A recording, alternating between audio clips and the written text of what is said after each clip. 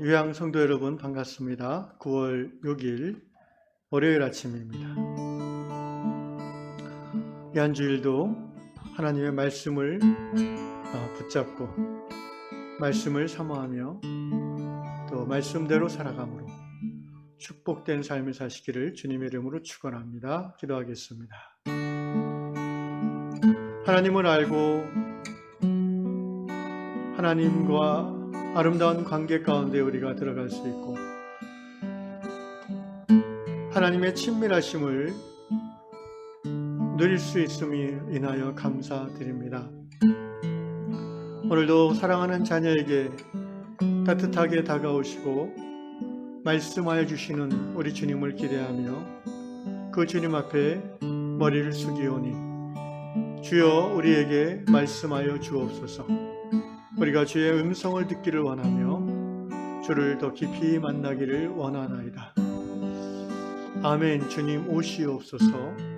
주님의 뜻이 오늘 하루도 우리 삶 속에서 이루어지리이다. 예수님의 이름으로 기도합니다. 아멘. 찬송가 95장입니다. 나의 기쁨, 나의 소망 되시며 나의 생명 되신 주님을 찬양합니다.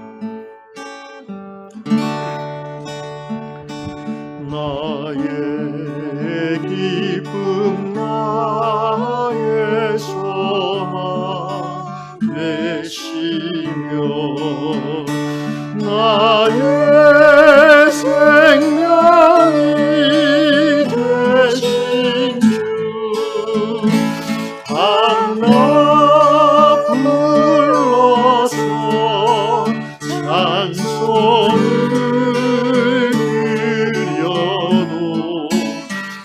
찬송을 하신 마음 뿐일세. 나의 사모하는 선한 목자는 어느 가까운 동산에 양의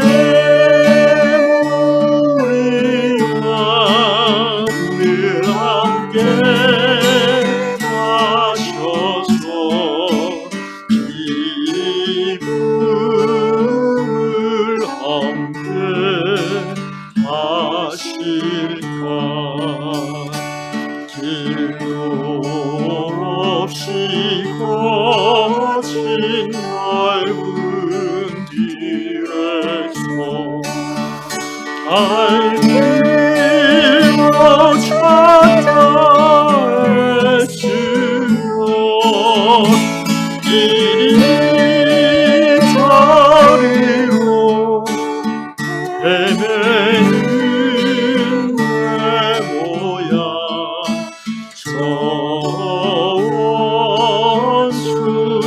원수처럼 하노나 주의 자비로고 평안 얼굴 모든 천사도 받으며 주의 놀라운 진리의 말씀에 천지가 하나하로나 나의 진정 사모하는 예수님 음성 역하다 반갑고 나의 생명과 나의 감동함 오직 주 예수 뿐일세. 5절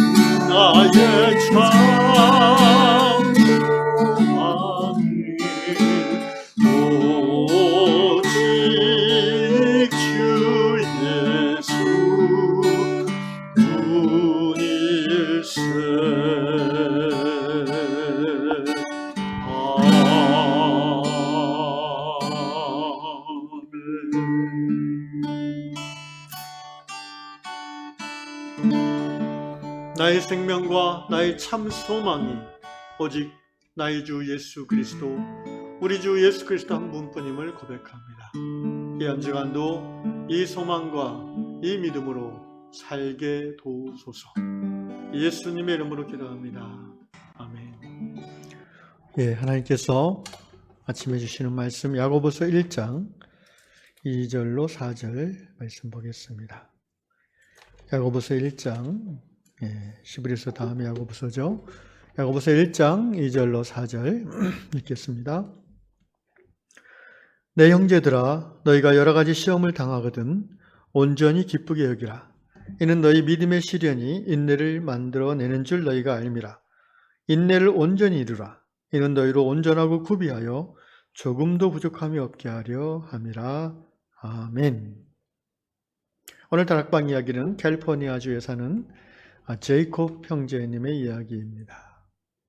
형제님은 미국 나이로 18살 고등학교 졸업반 학생이면서 독특하게도 그 나이에 수경 재배 시설을 이렇게 설치하고 판매하는 회사를 소유하고 운영하는 경영자입니다.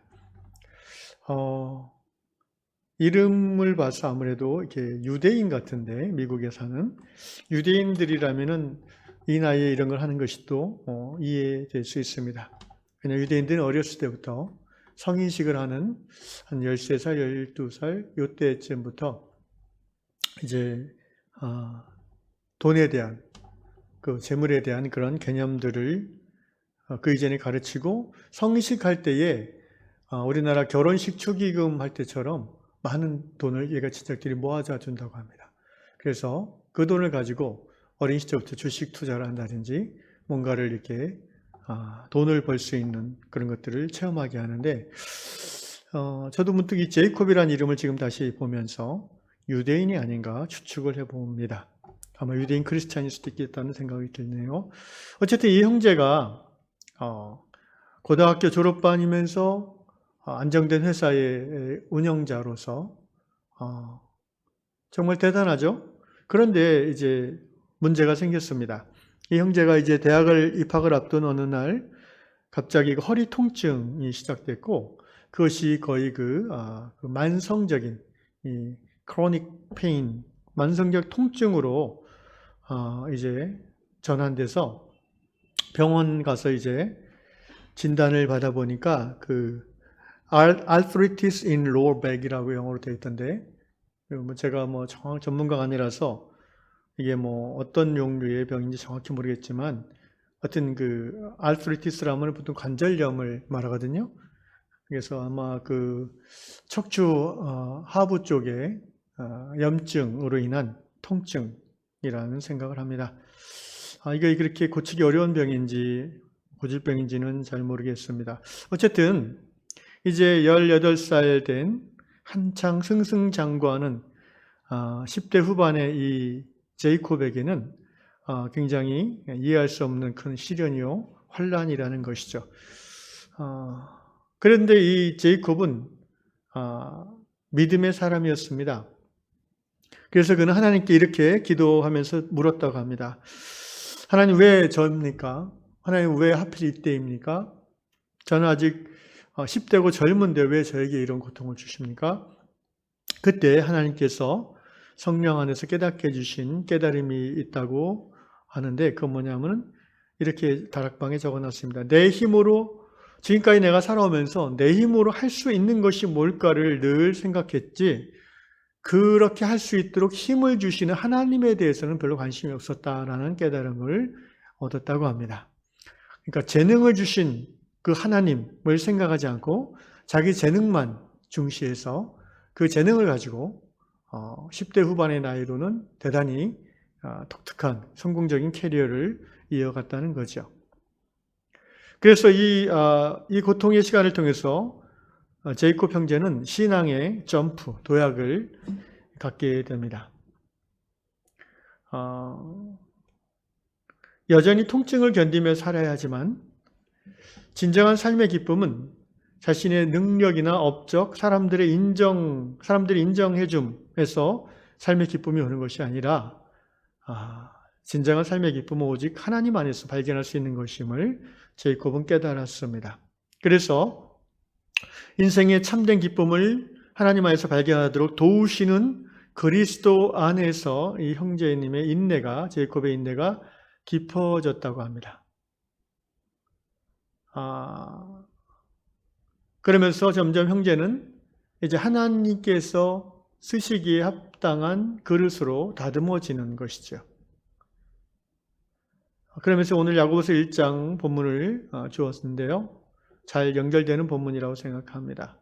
오늘 야고보서 1장 2절을 보면 내 형제들아 너희가 여러 가지 시험을 당하거든 온전히 기쁘게 여기라.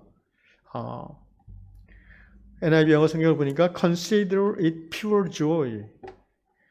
순전한 기쁨으로 생각하라. 시험을 당했을 때에 이렇게 생각이 들지는 않습니다. 그러니까 이렇게 생각하라고 성경 야고보 사도는 우리에게 명하는 것입니다. 내 형제들아, NIV 영어 성경에서는 이제 시대적인 상황을 감안해서 my brothers and sisters. 만약에 제가 번역한다면은 좀 더 시대적 상황을 반영해서 이제는 남자 먼저가 아니라 여자 먼저 적어야 될 것 같습니다. My sisters and brothers. 내 자매 형제들이여, whenever you face trials of many kinds, 많은 종류의 그 시련이 있는데 어떤 종류의 시련이든지 찾아올 때면 항상 consider it pure joy. 그것을 정말 하나님 안에서 발견할 수 있는 참 기쁨이 이제 내게 시작되겠구나라고, 이것은 굉장한 그 믿음의 생각이죠. 자연인으로서 드는 생각이 아니고 하나님에 대한 굳건한 신뢰를 가지고 살아가는 신앙인으로서 생각할 수 있는 부분입니다. 제 생각에 사도 야고보는 예수님의 동생 야고보인데, 그러니까 12제자 야고보가 아니죠. 예수님 동생 야고보고 별명이 이분이 이제 낙타무릎이잖아요. 그만큼 무릎이 굳은 살이 배기도록 무릎 꿇고 기도를 많이 했다고 해서 낙타무릎인데, 또한 이 야고보는 사도행전에 나와 있듯이 순교를 아마 아까 예루살렘 교회 중에 첫 번째로 순교한 분이 이분이라고 알고 있습니다. 그만큼 고통과 고난의 상황을 겪으면서 신앙을 지켜나갔던 사도시죠. 그렇기 때문에 오히려 이런 말씀을 담대하게 할 수 있지 않나 싶습니다. 내 형제 자매들아, 어떤 종류의 시련이든지 닥쳐올 때마다 그것을 순전한 기쁨으로 여기라라는 것이죠.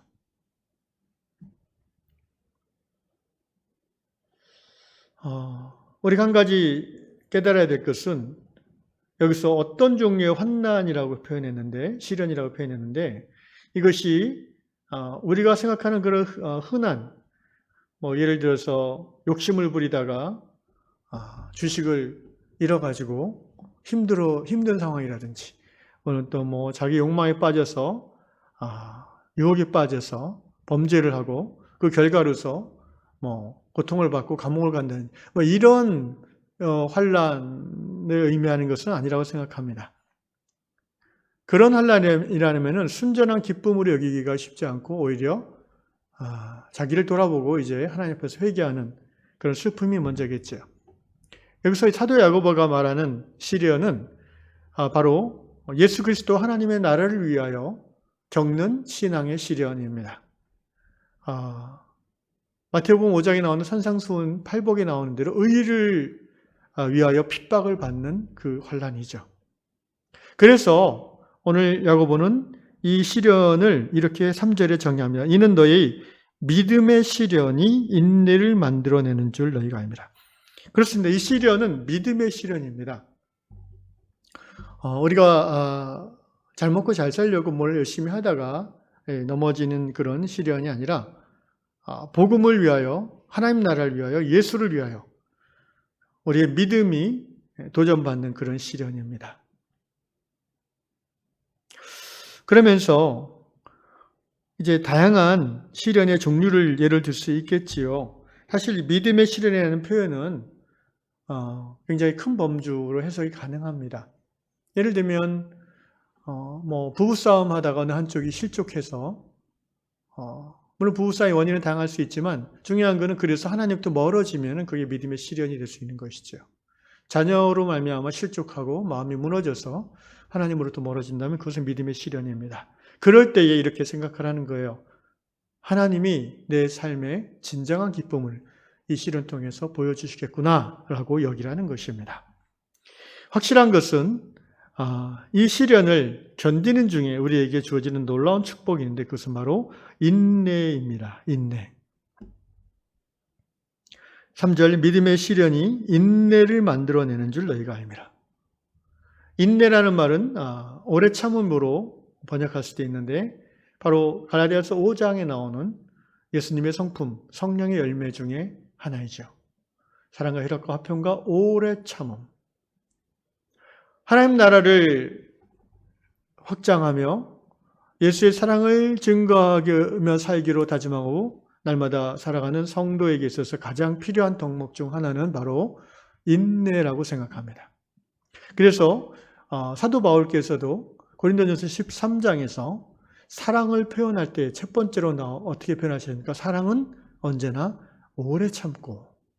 그러니까 인내는 성령의 열매이고 크리스찬의 예수 닮은 성품이며 또한 우리가 사랑한다고 했을 때 가장 먼저 필요한 덕목이 인내입니다. 그만큼 사랑은 쉽지 않은 거예요. 우리가 복음을 위해서 살기 위해서 가장 필요한 덕목이 인내입니다. 그리고 인내가 깊어질수록 신자는 성도는 성숙해집니다.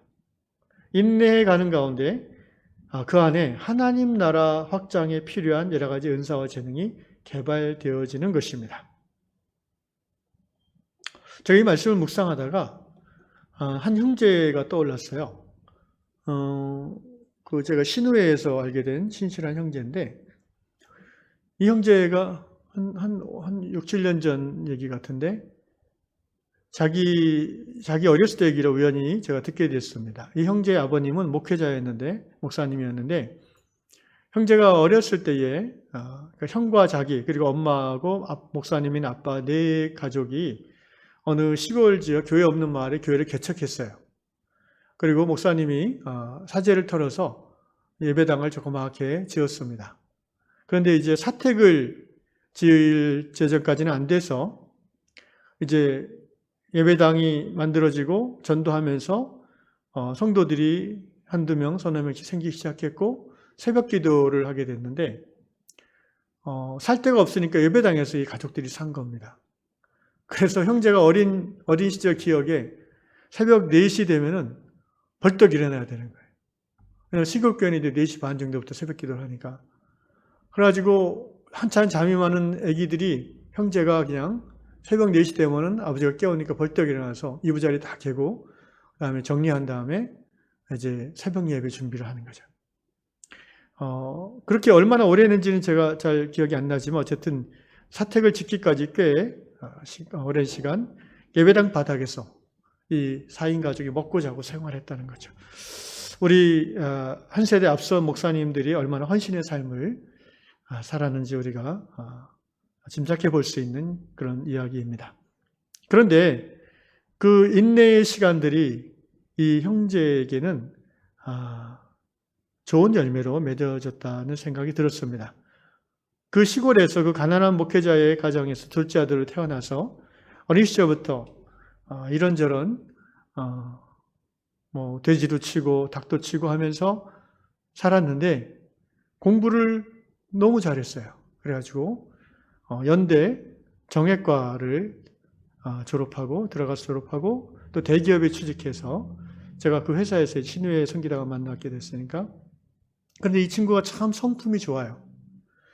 얼굴도 잘생겼는데 굉장히 성품이 좋고 또 실력도 있고 그래가지고 회사에서 인정받고 지금 한 5년 전, 5, 6년 전에 그 회사 아주 높은 분의 딸과 그 딸이 같은 입사 동기가 됐는데 결혼해서 아마 지금 한 가장쯤 됐을 겁니다. 아이도 낳고 아주. 근데 제가 그 형제를 보면서 참 감탄하는 게 젊은 사람이 참 그 매너가 좋고 그리고 어떤 경우에는 항상 그 온유한 모습을 저는 그것이 바로 어린 시절 그런 힘든 삶 속에서 하나님으로부터 받은 인내의 열매, 인내의 선물이 아닌가 이 말씀을 준비하면서 그 형제가 떠올랐습니다. 그래서 제가 그 형제에게 모처럼 카톡을 한번 보내봤는데 답장이 언제 올지 모르겠습니다. 2장 4절 보십시다. 인내를 온전히 이루라. 이는 너희로 온전하고 구비하여 조금도 부족함이 없게 하려 함이라. 인내를 온전히 이루라. Let perseverance finish its work. 인내로 하여금 그 역사를 끝마치게 해라. 이런 직역하면 이런 말인데 NIV 성경에서는 무슨 말이에요? 끝까지 인내하라는 거죠. 인내를 하다가 중간에 포기하면은 그 인내의 열매가 잘 생겨나지 않는다는 거예요. Let perseverance finish its work so that you may be mature and complete, not lacking anything. 그렇게 인내가 끝까지 작동하게 되면 네 삶 속에서 너의 성품이 mature, 성숙해지고 그리스도를 닮아가게 되죠. And complete. 그리고 이 complete라는 말은 이제 우리말 성경에 구비하다 이렇게 표현했는데 다른 영어 번역에는 equipping이라고도 번역했습니다. 그러니까 무슨 말이냐면 성품적으로 예수를 닮아가게 되고 이 인내를 통해서 그리고 또 하나 이 구비된다는 말은요 뭔가 할 수 있는 그 재능과 은사가 개발된다는 거예요. 장착된다는 거니까 구비된다는 말이 not lacking anything 어떤 것에도 부족함이 없이 하나님 나라의 일을 감당할 수 있는 하나님의 사람으로 인내 가운데에 만들어져 간다는 겁니다.